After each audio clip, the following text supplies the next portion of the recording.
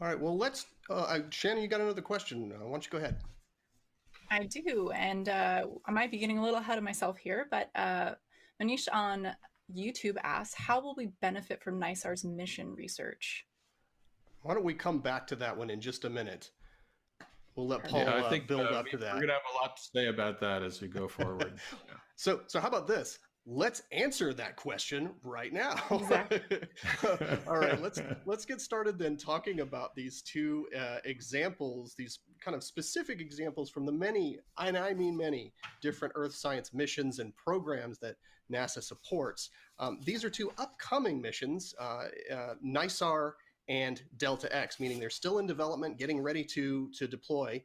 And they're very different types of missions. And so together they give a sense of the wide range of methods and perspectives that NASA uses to help understand how our planet works and how it changes.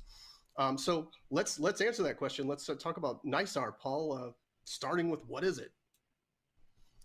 Well, NISAR is a fantastic mission that I have the honor and privilege to be the project scientist for. NISAR is an acronym.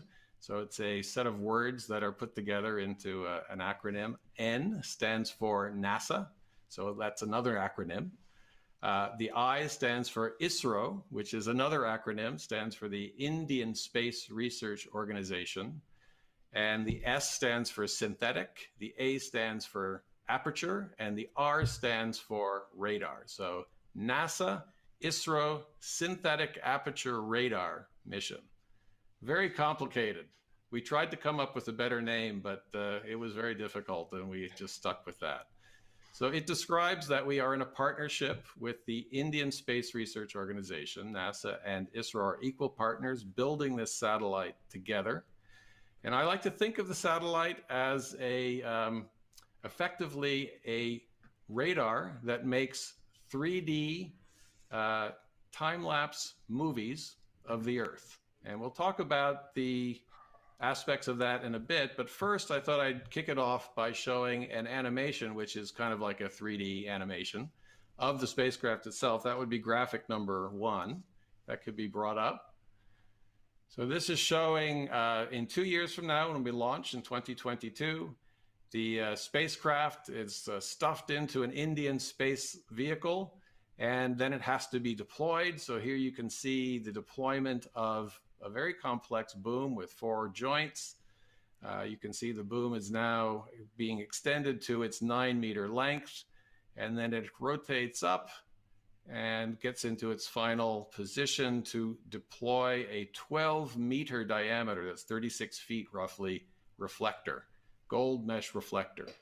So this is a huge system that we are launching into space. 12-meter reflector, 9-meter boom, and a 5-meter spacecraft packed with electronics. 2 radars, one from NASA, one from ISRO, and a lot of telecommunications equipment to get a huge volume of data from space to the ground.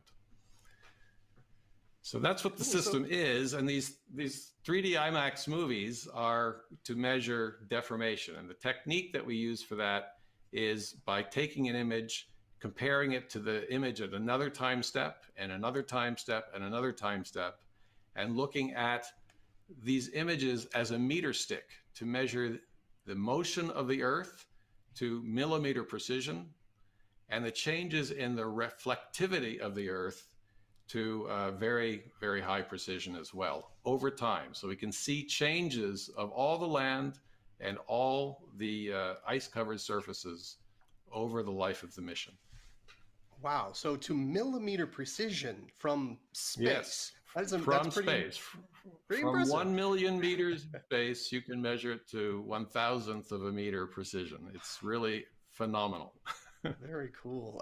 Well, tell us more about how you do it. I mean, you use radar, right? Yes.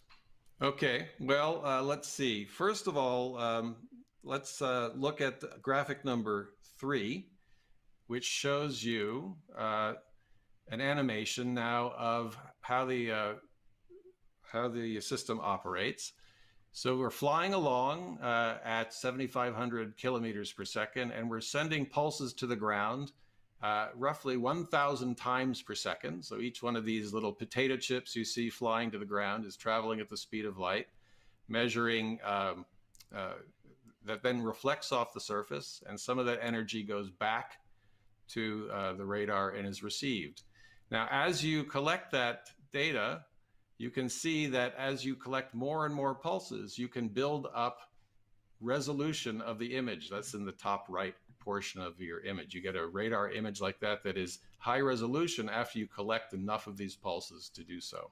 So that's the synthetic aperture part. It's like having a very large lens in space that's 10 kilometers long. It's not that long, but it's synthetically that long by processing the data in a particular way to get this high resolution imagery.